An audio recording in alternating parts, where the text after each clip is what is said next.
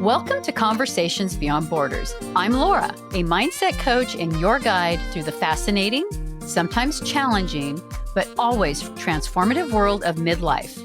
This podcast is for women just like you, women who are growing, questioning what's next, redefining their identities, and stepping into a new chapter with courage and curiosity. And I'm Susan.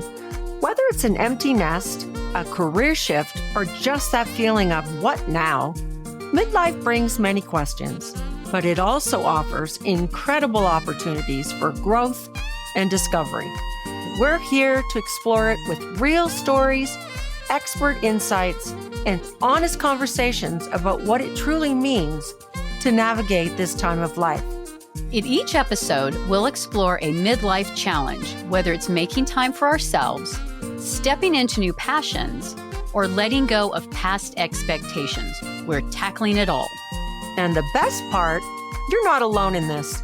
You'll hear from women on the same journey, and we'll uncover the lessons, the laughter, and the aha moments that come with embracing midlife as a fresh beginning.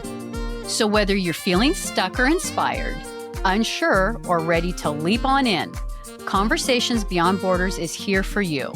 This is a safe space to dream bigger, dig deeper, and connect with women who are also ready to live boldly beyond the borders of what they once believed possible. Take a deep breath, find a quiet moment for yourself, and tune in as we navigate midlife together, sharing honest and meaningful conversations.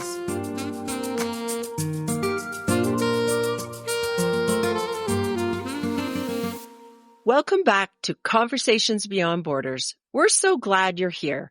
Whether you're listening from the car, on a walk, or curled up with a cup of coffee, we want to acknowledge that showing up for yourself is a big deal, even in this small way. Today, we're exploring something that doesn't always get the attention it deserves. What happens when the life we've worked so hard to build starts to feel a little misaligned? When the roles we filled and the routines we followed stop feeling like they fit. Maybe everything looks fine on the outside, but deep down, there's a quiet question tugging at you. Is this it? We're not talking about a crisis. We're talking about an awakening. A shift in perspective happens when we begin to outgrow old definitions of success, purpose, or identity. It's not always dramatic or loud. Sometimes it's just a feeling you can't ignore anymore. And that's where today's conversation begins. We're calling this episode Aligning Goals with Values, but really it's about tuning back in. Because when we've spent so much of life responding to what's expected to us, it's easy to lose track of what actually feels right for us. Yeah, and here's the thing. You don't have to overhaul your entire life to start feeling more aligned. This isn't a massive life overhaul. It's small intentional shifts using curiosity instead of criticism and noticing rather than judging. We'll also explore how clarity shows up, not when we force it, but when we create space for it, and how hope isn't a fixed trait, but a byproduct of paying attention to what matters, and how that clarity paired with action can start to realign your life in ways that feels meaningful again. We'll also talk about the resistance you'll encounter when you begin this process, the doubts, the fears, the voice in your head that says it's too late or you should have figured this out by now. And we'll share why those thoughts are not the end of the story, but often the very beginning of something real. We're sharing insights from experts like Brené Brown, Martha Beck, Lisa Leahy, and Valerie Young, along with reflective prompts you can revisit long after this conversation ends. So wherever you're starting from today, remember, you don't need to have all the answers. You don't have to be in a perfect place. You just need to be willing to listen to yourself, your values, and the possibility of a life that feels more aligned than the one you've outgrown. There's something powerful about pausing and reflecting in the middle of a busy life. Something grounding about asking, what do I want now? Who am I becoming? Today, we are inviting you to ask those questions with compassion, honesty, and courage. So if you're ready to trade in perfection for presence and start uncovering what's possible when your goals reflect who you really are, you're in the right place. Laura, let's begin.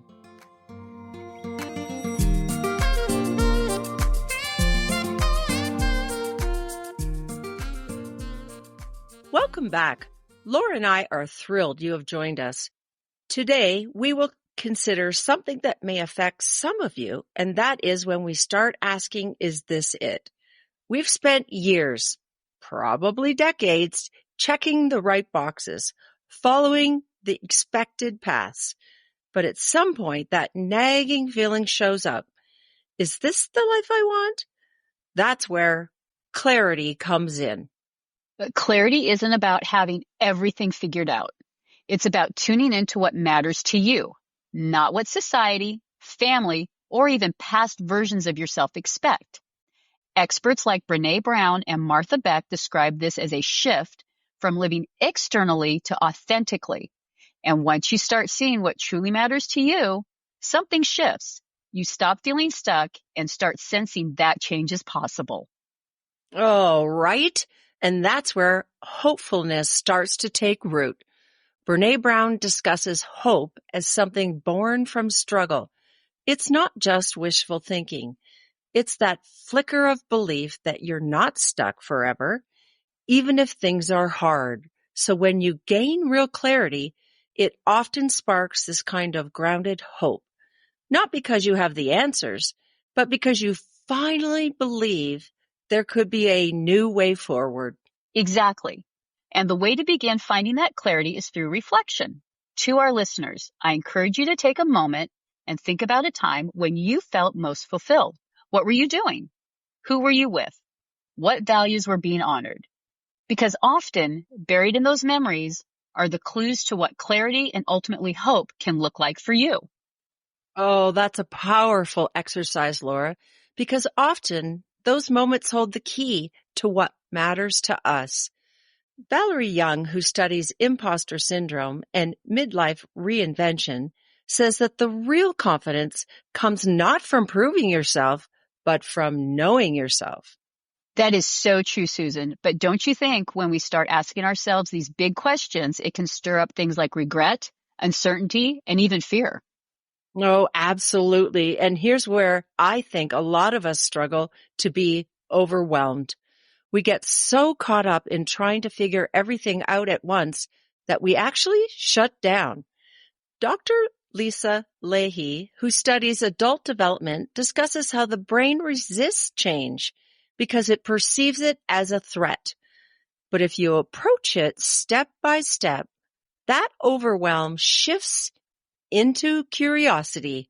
Oh, I love that. Yet another fantastic reframe. So we're replacing fear and anxiety with curiosity and exploration. That completely aligns with something I recently heard on Martha Beck's podcast, Bewildered. She talked about how anxiety is the killer of curiosity and creativity.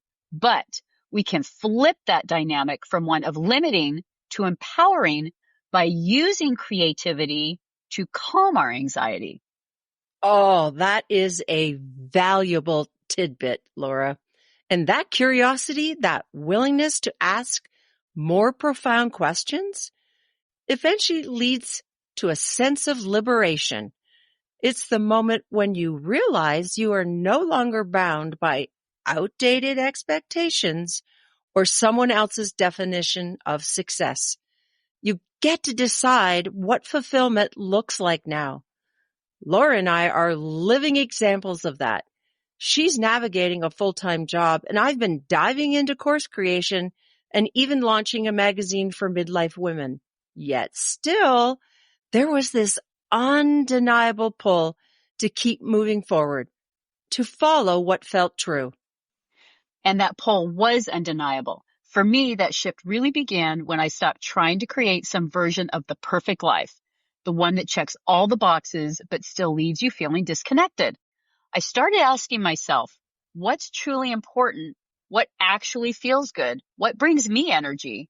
And once I leaned into those questions, I began to realize how out of alignment I had been, not in a dramatic way, but in these small everyday choices that didn't reflect what I truly cared about. Oh, that's incredible, Laura. This is where the real change starts. When we can quiet the noise and listen to ourselves, we begin to live with integrity. And from that place, everything else just starts to shift. Our relationships, goals, and even how we spend our time. Oh, exactly. And that's what today is all about. Recognizing that clarity doesn't arrive in one day. It's something we create through reflection, curiosity, and the courage to realign our lives. And remember this is a process. We're not looking for a perfect answer. We're looking for an honest one, Laura. So if you want to consider what is one small life-changing goal you can create that aligns with your values, you only need one. Write it down or say it out loud.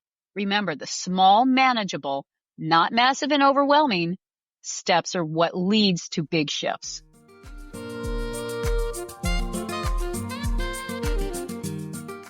So let's talk about the messy middle, the part of the process where clarity meets reality and things don't always go as planned. I'm guessing this is where a lot of people get stuck. We start making changes, setting new goals, but when things don't go as smoothly or as expected, bam, that frustration kicks in. So true. And that's why we must reframe challenges as stepping stones.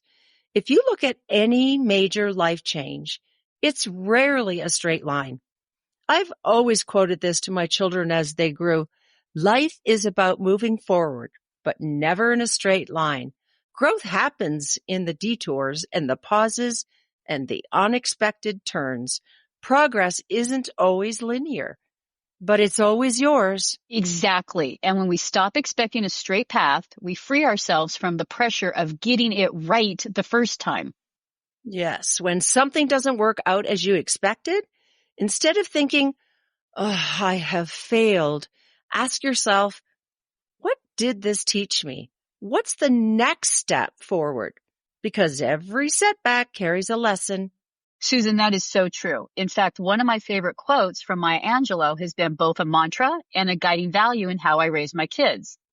You do what you know, and when you know better, you do better. This simple wisdom gave me the security and space to embrace the idea that life has a learning curve and that as long as we take the lessons, we learn to grow. We're always moving forward. It's a reminder that mistakes aren't failures. They're those stepping stones to something better. I love that, Laura. And let's be honest, growth doesn't always feel good. When we step into new territory, we feel exposed and uncertain. But instead of seeing mistakes as failures, this quote has helped me reframe them. It reassures me that every moment of discomfort isn't a setback. It's a sign that I'm evolving.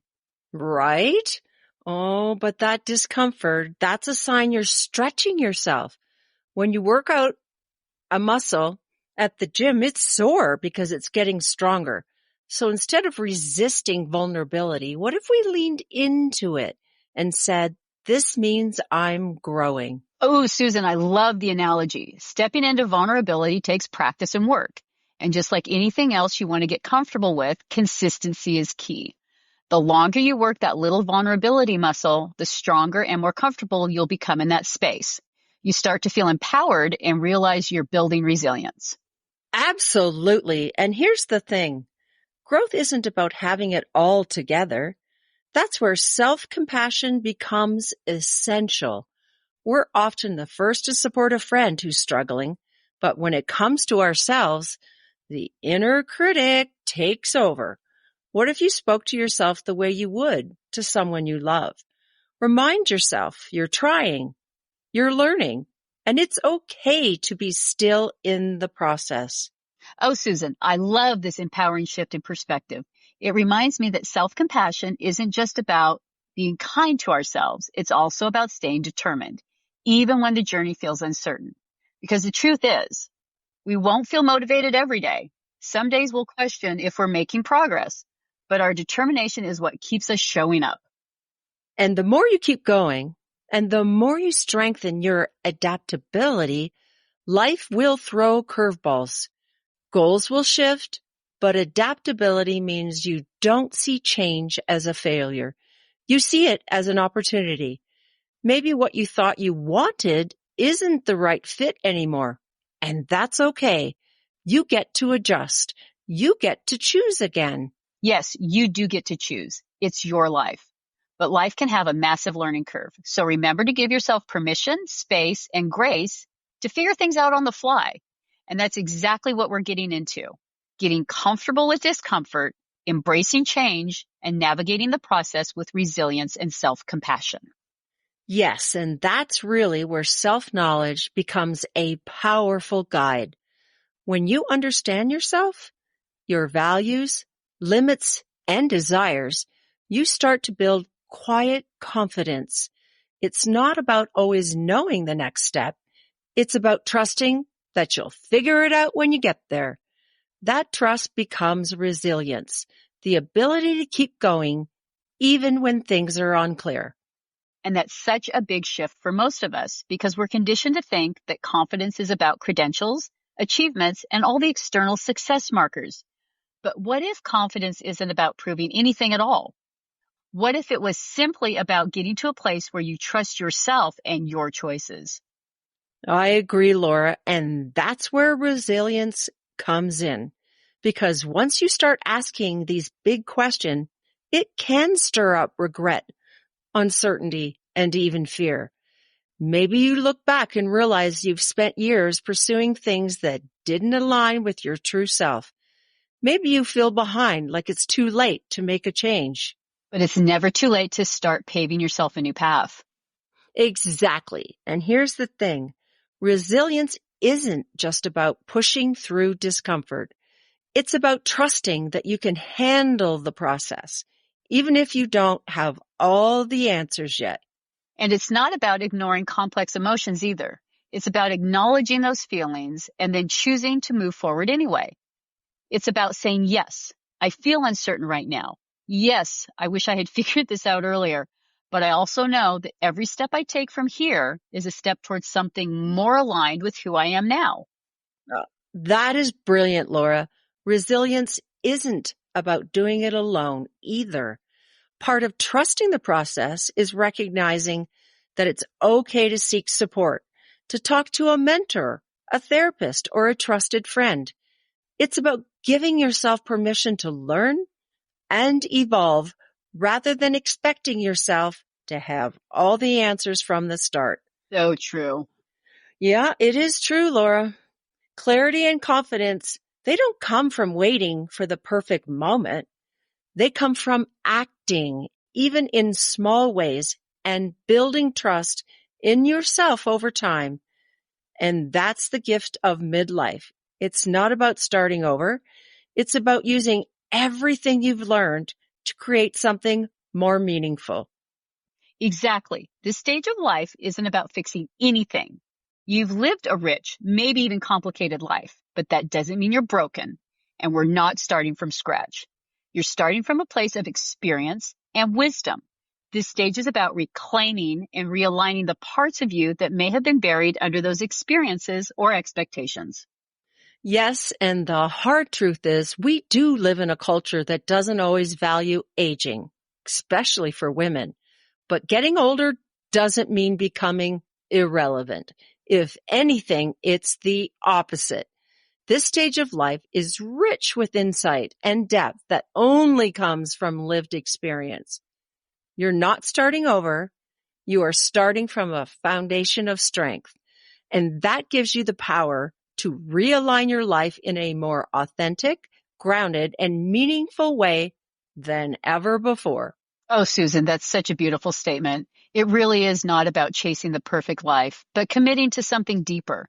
It's about deciding I will build a life that aligns with who I truly am, not who I was told to be. And that takes a different kind of strength, a quiet, steady kind that doesn't rely on external validation, but instead comes from a deep self-trust. Yeah, Martha Beck calls this integrity, when what you want and what you do are finally in sync. It's when your actions reflect your values, not just your obligations. And that kind of alignment is what makes life feel meaningful. It's not about figuring everything out. It's about making decisions that feel true to you moment by moment. That's right, Susan. We create something authentic through reflection, curiosity, and the courage to align our lives when something feels off. Now, the key word here is courage, because sometimes choosing what's right for us means disappointing others. It means letting go of old identities, commitments, even old dreams that no longer fit.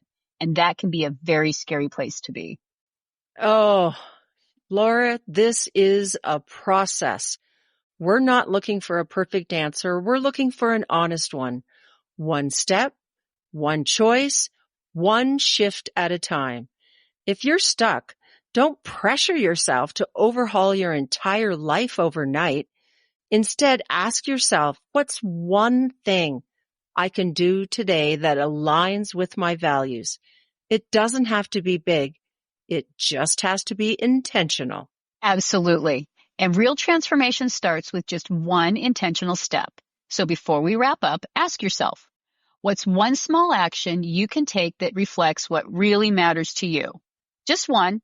Jot it down, maybe even speak it out loud, or share it with someone you trust. Naming it is the first move towards making it real, and that's how meaningful change takes root.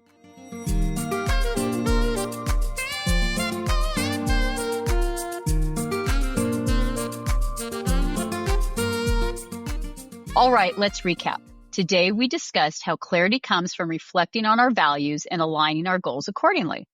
Yeah, we also busted the myth that progress is linear. It's not. It's messy, imperfect, but worth it. Oh, yes, it is. And our big takeaways? First, take the time to reflect on your most fulfilling moments. Second, permit yourself to pivot when needed. And third, remember that every misstep is still a step forward.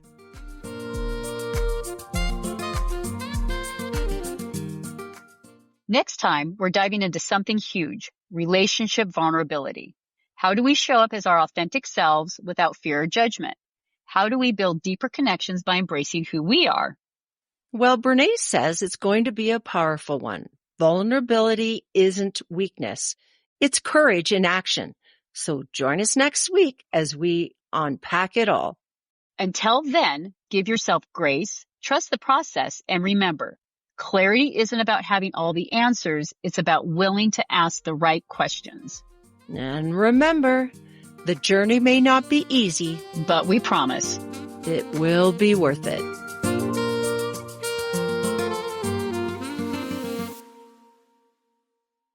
Now here is some of the legal stuff.